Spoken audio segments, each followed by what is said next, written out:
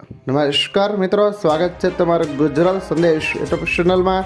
આજના સમાચાર વિશે વાત કરતા પહેલા જો તમે અમારી ચેનલમાં નવા છો તો નીચે લાલ કલરનું સબસ્ક્રાઇબ બટન આપેલું છે તેને દબાવીને બાજુમાં રહેલા ઘંટડી બટનને પણ દબાવી દેજો, જેથી મારા આવનારા તમામ વિડીયોની માહિતી તમને મળતી રહે। આજના સમાચાર વિશે વાત કરીએ તો ગુજરાતમાં રેડ એલર્ટ। ગુજરાતમાં આગામી 6 દિવસ ભારેથી અતિભારે વરસાદની આગાહી છે। હવામાન વિભાગે આજે 2 જુલાઈએ સૌરાષ્ટ્ર અને દક્ષિણ ગુજરાતના 8 જિલ્લા જેવા કે જૂનાગઢ, સુરત અને વલસાડમાં રેડ એલર્ટ જાહેર કર્યું છે, જ્યારે અન્ય 6 જિલ્લાઓમાં ઓરેન્જ એલર્ટ છે।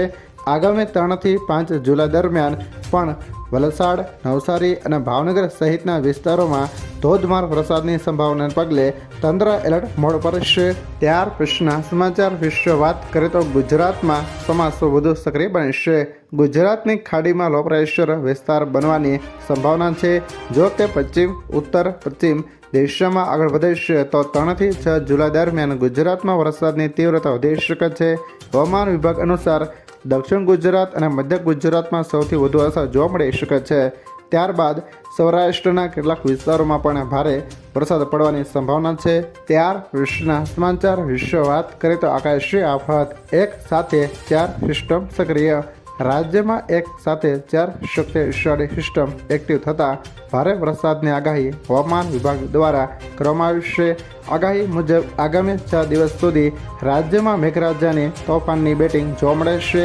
સાયક્લોનિક સર્ક્યુલેશનના લીધે ખાસ કરીને સૌરાષ્ટ્ર, દક્ષિણ ગુજરાત અને મધ્ય ગુજરાતના વિસ્તારોમાં આકાશી આફત વરસી શકે છે। ઉપરાંત અમદાવાદ અને ગાંધીનગરમાં આજથી જ વાદળછાયા વાતાવરણ વચ્ચે ઝાપટા પડવાની શરૂઆત થવાની સંભાવના છે। ત્યાર પછીના સમાચાર વિશે વાત કરીએ તો દવાઓ પર હવે QR કોડ ફરજિયાત। ભારત સરકારે દવાઓને લઈને મોટો નિર્ણય લીધો છે। નવા નિયમો અનુસાર રસીઓ, એન્ટીબાયોટિક્સ, કેન્સરની દવાઓ અને નાર્કોટિક્સ પર હવે QR કોડ ફરજિયાત રહેશે। નકલી અને હલકી ગુણવત્તાવાળી દવાઓને કાબૂમાં રાખવા માટે આ નિર્ણય લેવામાં આવ્યો છે। આ નિયમ 1 જુલાઈ 2027થી રસીઓ, નાર્કોટિક્સ અને કેન્સરની દવાઓ પર લાગુ થશે, જ્યારે એન્ટીબાયોટિક્સ પર 1 જુલાઈ 2028થી લાગુ થશે। ત્યાર પછીના સમાચાર વિશે વાત કરીએ તો ગૃહ વિભાગનો ઐતિહાસિક ઠરાવ। ગુજરાત સરકારના ગૃહ વિભાગે ફોજદારી કેસોની તપાસ અને કાર્યવાહી વધુ જવાબદાર બનાવવા મહત્વપૂર્ણ નિર્ણય લીધો છે। હવે આરોપી નિર્દોષ છૂટે તો કેસની સમીક્ષા થશે અને તપાસ કરનાર પોલીસ અધિકારી તેમજ સરકારી વકીલની કામગીરીની તપાસ કરાશે। બેદરકારી કે ખામી ગણાશે તો ખાતાકીય કાર્યવાહી થશે। આ માટે ડિરેક્ટર ઓફ પ્રોસિક્યુશન, DGP અને ગૃહ વિભાગના 2 અધિકારીઓની 4 સભ્યોની હાઈ પાવર સમિતિ રચાશે। ત્યાર પછીના સમાચાર વિશે વાત કરીએ તો આજે આ રાજ્યોમાં ભારે વરસાદની આગાહી। દેશભરમાં ચોમાસાની એન્ટ્રી થઈ ગઈ છે। હવામાન વિભાગ દ્વારા આજે મહારાષ્ટ્ર, યુપી, બિહાર, દિલ્હી, ઝારખંડ, હિમાચલ પ્રદેશ, પંજાબ, ઉત્તરાખંડ, બંગાળ, રાજસ્થાન અને કેરળમાં ભારે વરસાદ અને વાવાઝોડાનું એલર્ટ જારી કરાયું છે। આ દરમિયાન 80-85 કિમી પ્રતિ કલાકની ઝડપે પવન ફૂંકાવાની સંભાવના છે। વરસાદ દરમિયાન લોકોને સાવધાન રહેવાની સૂચના પણ આપવામાં આવી છે। ત્યાર પછીના સમાચાર વિશે વાત કરીએ તો ઘટાડા બાદ ફરી સોનામાં તેજી। આજે સોનાના ભાવમાં વધારો જોવા મળ્યો છે।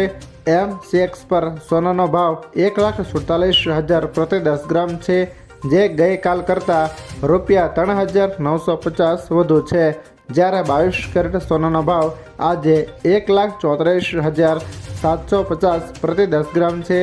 આ સિવાય અમદાવાદ, સુરત, રાજકોટ અને વડોદરા જેવા શહેરોમાં 22 કેરેટ સોનાનો ભાવ પ્રતિ 10 ગ્રામ 1,31,860 છે, જ્યારે 24 કેરેટ સોનાનો ભાવ પ્રતિ 10 ગ્રામ 1,43,840 રૂપિયા છે।